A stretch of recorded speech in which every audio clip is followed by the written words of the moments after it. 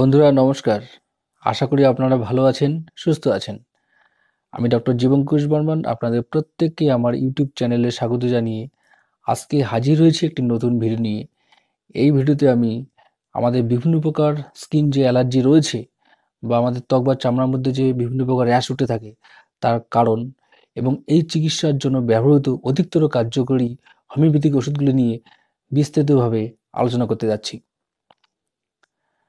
তো আপনি যদি আমার চ্যানেলে নতুন হয়ে থাকেন বা এখনও সাবস্ক্রাইব করে ওঠেননি, প্লিজ সাবস্ক্রাইব করতে কিন্তু ভুলবেন না।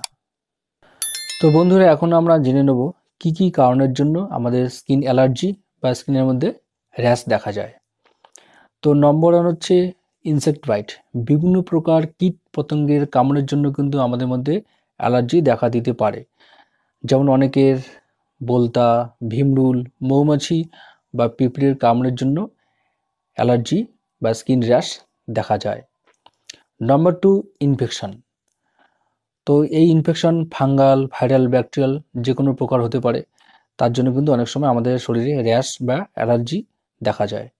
Number three, food allergy.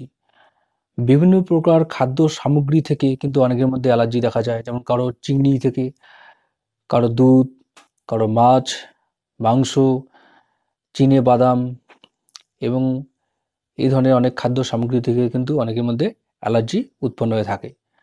নম্বর ফোর, ঘামাচি বা পিকলির থেকে অনেকে অ্যালার্জি হয়। নম্বর ফাইভ, কন্টাক্ট ডার্মাটাইটিস থেকে অ্যালার্জি হতে পারে। নম্বর সিক্স, কিছু বিশেষ মেডিসিন যেমন কিছু অ্যান্টিবায়োটিক্স, কিছু অ্যান্টিসিজার ড্রাগস এবং অনেক সময় non steroidal anti inflammatory drugs থেকে কিন্তু অ্যালার্জি দেখা দিতে পারে। তো এছাড়া বিভিন্ন প্রকার স্কিন ডিজিজ যেমন সোরিয়াসিস, স্ক্যাবিস ইত্যাদি বিভিন্ন রোগে কিন্তু স্কিন অ্যালার্জি বা র্যাশ দেখা দিতে পারে।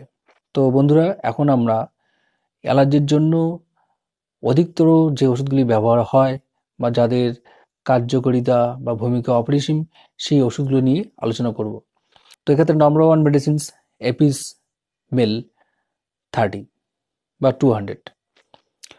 তো যখন অ্যালার্জি যে র্যাশগুলি আছে সেটার মধ্যে যদি হুলফুটানোর মতো যন্ত্রণা হয় বা একটা জ্বালা থাকে, তার সঙ্গে ব্যথা অবশ্যই থাকবে, সেক্ষেত্রে কিন্তু অ্যাপিসমেল খুবই কার্যকরী ওষুধ। এখানে একটা লক্ষণীয় বিষয় হচ্ছে এই যন্ত্রণাগুলি কিন্তু ঠান্ডাতে আরাম পেয়ে থাকে এবং আক্রান্ত ব্যক্তির মধ্যে জল তেষ্টার অভাব বা তৃষ্ণা থাকে না বললেই চলে। সেক্ষেত্রে কিন্তু অ্যাপিসমেল খুবই ইফেক্টিভ মেডিসিন।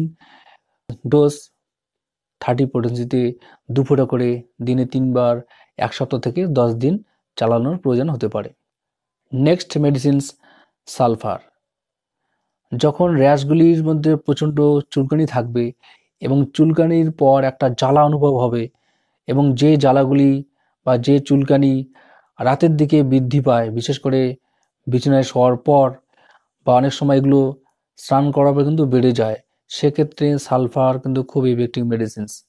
এবং স্নানের পরে এই সমস্যাগুলি বেড়ে যায় বলে সালফারের রোগী কিন্তু সহজে স্নান করতে চায় না। এর জন্য সালফারের রোগী কিন্তু অনেকটা নোংরা প্রকৃতি হয়ে থাকে, গায়ে গন্ধ থাকে। তো এই সমস্ত ক্ষেত্রে কিন্তু সালফার খুবই ইফেক্টিভ মেডিসিনস। তবে এক্ষেত্রে অনেক সময় অ্যাগ্রাভেশন হতে পারে, এই জন্য 50 মিলিসিমেল স্কেলে এটা ব্যবহার করা কিন্তু বাঞ্ছনীয়, যেখানে আনওয়ান্টেড অ্যাগ্রাভেশনকে কিন্তু আমরা এড়াতে পারি।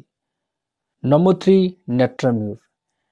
অ্যালার্জি র্যাশগুলি যদি দিনের বেলা বৃদ্ধি পায় বা সূর্যের তাপ বা উত্তাপে বৃদ্ধি পেয়ে থাকে, তার সঙ্গে র্যাশগুলি যদি রসে ভর্তি হয়ে থাকে এবং আক্রান্ত ব্যক্তি যদি লবণ জাতীয় খাবার খেতে খুব ভালোবাসেন এবং তার গরম কাতরতা খুবই বেশি, অল্প একটু গরমে সে কাতর হয়ে পড়ে, তো সেক্ষেত্রে কিন্তু নেট্রামিউর 30 খুবই ইফেক্টিভ মেডিসিনস। ডোজ 30 পোটেন্সিতে 2 ফোঁটা করে দিনে 2 বার কমপক্ষে 10 থেকে 14 দিন চালাতে হবে। Next medicines belladonna 30। যদি আক্রান্ত ব্যক্তির র্যাশগুলি খুবই লাল টকটকে হয়ে থাকে, তার সঙ্গে একটা গরম ভাব বা আক্রান্ত স্থানে হাত দিলে একটা গরম ভাব বোঝা যায় বা জায়গাটাতে একটা হিট থাকে, সেক্ষেত্রে কিন্তু বেলেডোনা 30 খুব ইফেক্টিভ মেডিসিনস। বেলেডোনা 30 কন্টাক্ট ডার্মাটাইটিসের ক্ষেত্রেও কিন্তু খুব ইফেক্টিভ মেডিসিন।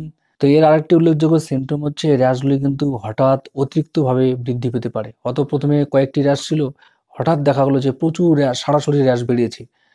সেক্ষেত্রে কিন্তু বেলেডোনা খুব ইফেক্টিভ মেডিসিন। ডোজ দুপুরে করে দিনে 3 বার 5 থেকে 7 দিন চালানোর প্রয়োজন হতে পারে। Next medicines arsenicum album 30।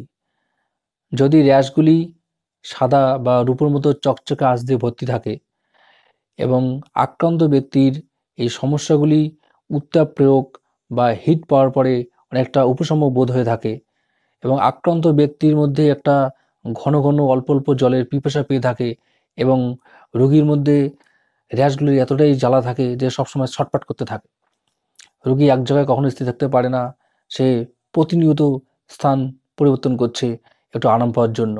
সেক্ষেত্রে কিন্তু আর্সেনিক অ্যালবাম খুবই ইফেক্টিভ মেডিসিন। ডোজ 30 পোটেন্সিতে দুপুরে করে দিনে 2 বার 7 থেকে 10 দিন চালানোর প্রয়োজন হতে পারে। নেক্সট মেডিসিন সোয়াইনাম 200। যখন আমাদের স্কিন র্যাশ বা স্কিন অ্যালার্জিগুলি জয়েন্টের ভাঁজগুলোতে বা বেনগুলোতে হয়ে থাকে, যেমন কনির ভাঁজ, হাঁটুর ভাঁজ, এগুলো বিভিন্ন জয়েন্টের মধ্যে হয়ে থাকে, তখন কিন্তু সোয়াইনাম 200 খুব ইফেক্টিভ মেডিসিনস। আর এর উল্লেখযোগ্য সিমটম হচ্ছে সালফার পেশেন্টের মতো সোয়াইনাম রোগীও কিন্তু স্নান করতে সহজে চায় না বা স্নানে অনীহা আছে। তাছাড়া এর মলমূত্র কিন্তু অন্যান্য স্বাভাবিক ব্যক্তির থেকে অনেক বেশি দুর্গন্ধময় হয়ে থাকে। তো এক্ষেত্রে কিন্তু আমরা সোয়াইনাম 200 দিনে 1 বার করে 7 দিন পর্যন্ত কন্টিনিউ করতে পারি। তো বন্ধুরা, আরও অনেক হোমিওপ্যাথিক ওষুধ রয়েছে এই স্কিন অ্যালার্জি বা স্কিন র্যাশের জন্য। তবে আমি আমার ব্যক্তিগত চেম্বার এক্সপিরিয়েন্স থেকে যেগুলোতে রেজাল্ট পেয়েছি সেগুলো নিয়ে আলোচনা করলাম। যদি আরও কিছু জানার থাকে আমাকে কমেন্ট সেকশনে জানাবেন, আমি অবশ্যই তার উত্তর দেওয়ার চেষ্টা করব। তো বন্ধুরা, ভিডিওটি আজকে এখানে শেষ করছি। যদি ভালো লেগে থাকে অবশ্যই লাইক, শেয়ার, কমেন্ট করে জানাবেন। এরপরে দেখা হচ্ছে আরেকটি কোনো গুরুত্বপূর্ণ ভিডিও নিয়ে। তো ভালো থাকবেন, সুস্থ থাকবেন, ধন্যবাদ।